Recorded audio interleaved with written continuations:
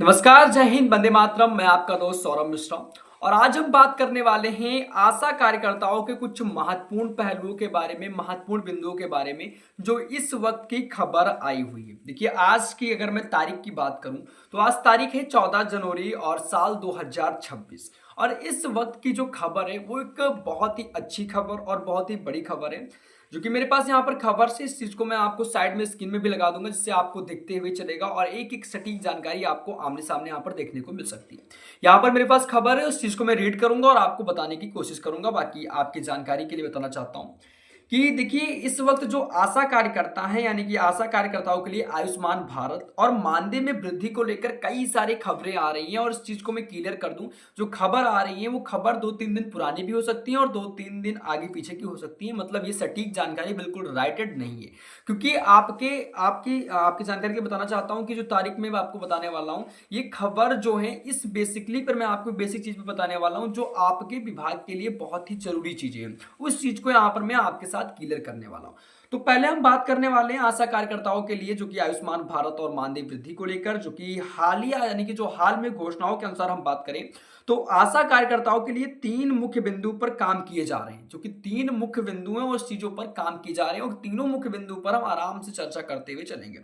पहले हम बात करना चाहते हैं कि जो कि यहाँ पर आंगनबाड़ी कार्यकर्ताओं के बारे में भी जिक्र किया गया। आशा कार्यकर्ता और आंगनबाड़ी सहायिकाओं को आयुष्मान भारत और पीएमजे योजना के दायरे में लाने का निर्णय लिया गया। अब भाई, ये पीएमजे को बारे में इससे पहले भी कुछ चीजों को यहाँ पर ऑलरेडी बता रखा गया है। संसद या लोकसभा में जब आवाज उठती है तो पीएमजे का ऑप्शन जरूर आता है, लेकिन इस चीज में थोड़े बहुत बदलाव किए गए। इस चीज को मैं आपको यहाँ पर क्लियर करने वाला हूँ। अब यहाँ पर देखिए, लिखा हुआ है सरकार ने अब देश के सभी आशा कार्यकर्ताओं और आंगनबाड़ी सहायकों, माफी चाहूंगा भाई, सहायकों को आयुष्मान भारत पीएमजे योजना के दायरे में लाने का निर्णय लिया है। फायदा इसका क्या है कि अब आशा कार्यकर्ताओं और उनके परिवार को सालाना 5 लाख रुपए का तक का मुफ्त इलाज सूचीबद्ध अस्पतालों में मिल सकेगा। 5 लाख रुपए का मुफ्त इलाज जो उनके परिवार के सदस्य के या फिर उनको 5 लाख रुपए का मुफ्त इलाज मिल सकेगा। और इसके जरूरी बात यह है कि इसके लिए पोर्टल पर पंजीकरण की प्रक्रिया शुरू भी हो चुकी है। भाई, ये शुरू हो चुकी है, पंजीकरण की प्रक्रिया है और कई राज्यों में कार्ड बनने भी शुरू हो गए।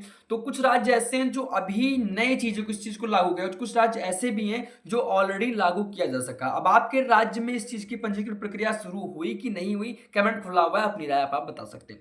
अब इसके साथ यहाँ पर मानदेय की बेसिक पर बात किया गया है, जो कि सैलरी में बढ़ोतरी की तैयारी को लेकर, जो कि यहाँ पर बताया गया है कि विभिन्न राज्यों क्षेत्र, हम आप राज्य जैसे उत्तर प्रदेश, महाराष्ट्र और राजस्थान में आशा कार्यकर्ताओं के मासिक मानदेय को बढ़ाने के लिए प्रस्ताव पारित किए गए। अब उनका जो एक मानदेय दिया जाता है ना के बराबर दिया जाता है। आपकी जानकारी के लिए बता दूं कि आशा कार्यकर्ताओं ने पिछले कई वर्षों से ज्ञापन के ऊपर ज्ञापन, ज्ञापन के ऊपर ज्ञापन, कई सारे ज्ञापन दे रखे हैं और कई बार आवाज लोकसभा से लेकर संसद तक उठ चुकी है, लेकिन उसके बारे में यहाँ पर बताया गई है।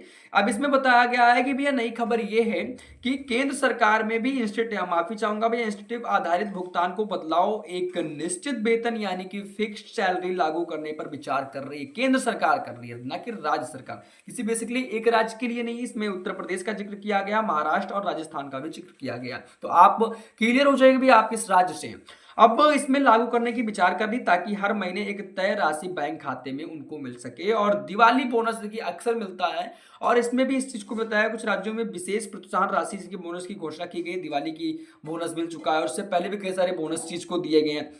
अब हम बात करें डिजिटल वर्किंग, नए स्मार्टफोन और ट्रेनिंग को लेकर, जो कि काम का बोझ को कम करने के लिए अब कागजी रजिस्टर की जगह डिजिटल एंट्री का बढ़ावा भी दिया जा रहा है। कुछ राज्यों में जो नहीं था वो अब इस चीज को भी किया गया है। कई राज्यों में आशा कार्यकर्ताओं को स्मार्टफोन दिए जा रहे हैं और जो नए स्मार्टफोन आ रहे हैं उनको भी इस चीज को दिए जा रहे हैं। और अनमोल ऐप और अन्य स्वास्थ्य पोर्टल की ट्रेनिंग दी जा रही है ताकि डेटा एंट्री आसान हो और उनका इंस्टीट्यूट समय बन सके। और इसके साथ साथ जो आशा कार्यकर्ताओं के लिए बहुत जरूरी सुझाव है, अगर आप एक आशा कार्यकर्ता है तो आपके तुरंत ये 2 काम कर ले, आयुष्मान कार्ड चेक कर ले और अपने नजदीकी स्वास्थ्य केंद्र जैसे कि सीएचसी और इसके साथ पीएससी पर जाकर पता करें कि आपका नाम आयुष्मान भारत की सूची में जुड़ा हुआ है। यदि हाँ तो अपना कार्ड तुरंत बनवाएं और ना बना हुआ है तो भैया बनवा लें, क्योंकि सरकार आपको लाभ दे रही है तो उस लाभ से आप पीछे ना हटे, उस लाभ को फायदा भरपूर तरीके से उठाएं।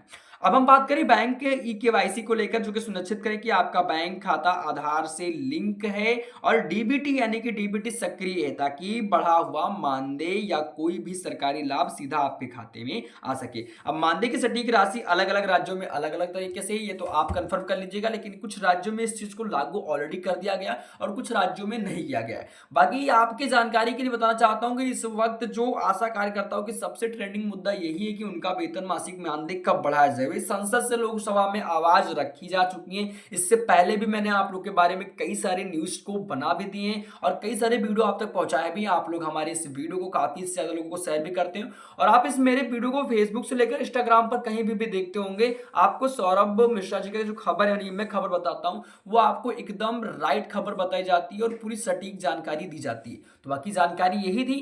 वीडियो आपको पसंद आया वीडियो को लाइक करें, चैनल को सब्सक्राइब करें। मिलते हैं अपने किसी नए वीडियो में, तब तक के लिए जय हिंद, वंदे मातरम।